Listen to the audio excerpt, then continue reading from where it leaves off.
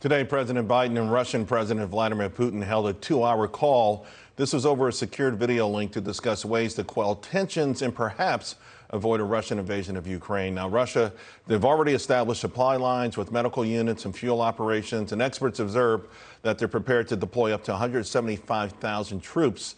Meanwhile, reports from the trenches of the Ukrainian front line reveal machine gun fire and really little hope of ending the conflict. Joining me now, former State Department spokeswoman Morgan Ortagus. Morgan, so was today's meeting too little, too late?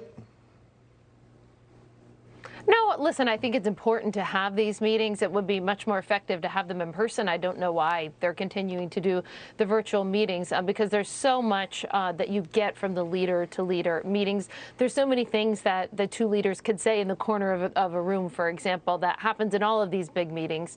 But so listen, it's important. What's more important than what was said today, Charles, in that room, is the actions to back up what President Biden has indicated he may do. And I think that is my big problem and frustration with this team of officials. These are the same people that were in power during the Obama administration when Russia invaded Crimea.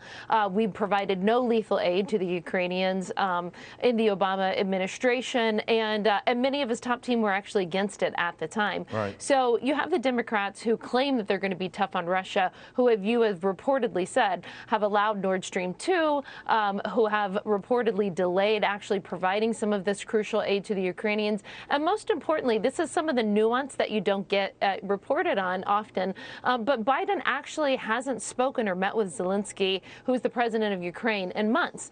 And the Russians know that. The Russians know exactly who's going on and who's talking to whom. And that kind of small nuance is really important in the scheme of things. So then are our hands tied? I mean, we talk about Nord Stream 2. In hindsight, obviously, it looks like a huge mistake. But at this very moment, is there any alternative? We know Europe needs natural gas for the winter. Absolutely. Yeah. So what will we do as an alternative? So there needs to be a comprehensive look at how we seek to deter Russia from their aggression, not only in Ukraine, but look, if they can pick off Ukraine, what are they going to do to Poland and to the other Eastern European neighbors who are now democracies and friends and allies of ours? So this is really, really important for the future of Europe. And so you could do things like provide lethal weaponry, anti-tank, anti-cruise, anti-ship, all of these accoutrements to the Ukrainian people.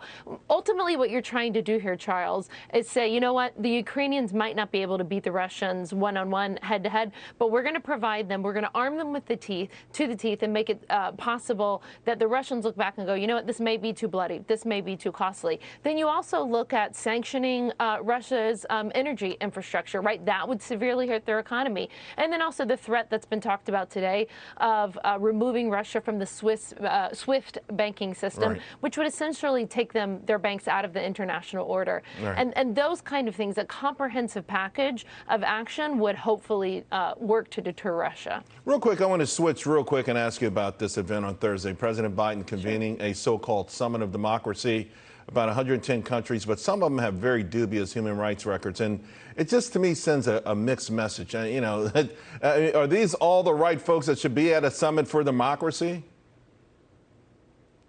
Well, I think that the hope is to try and bring some of these people with not the best records, as you talked about, move them more towards democracy. Listen, we had a big conference where we were pushing religious freedom. It was really a hallmark of what Mike Pompeo and his team did at the State Department to pursue religious freedom around the world. And not every country had the best track record, but we wanted to get people, we wanted to move them towards the light, towards a better path.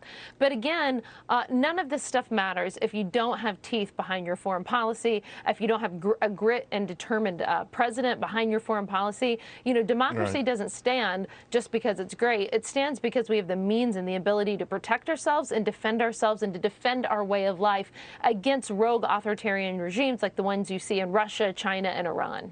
Morgan Ortagus, great seeing you. Thank you very much. Thank you, Charles.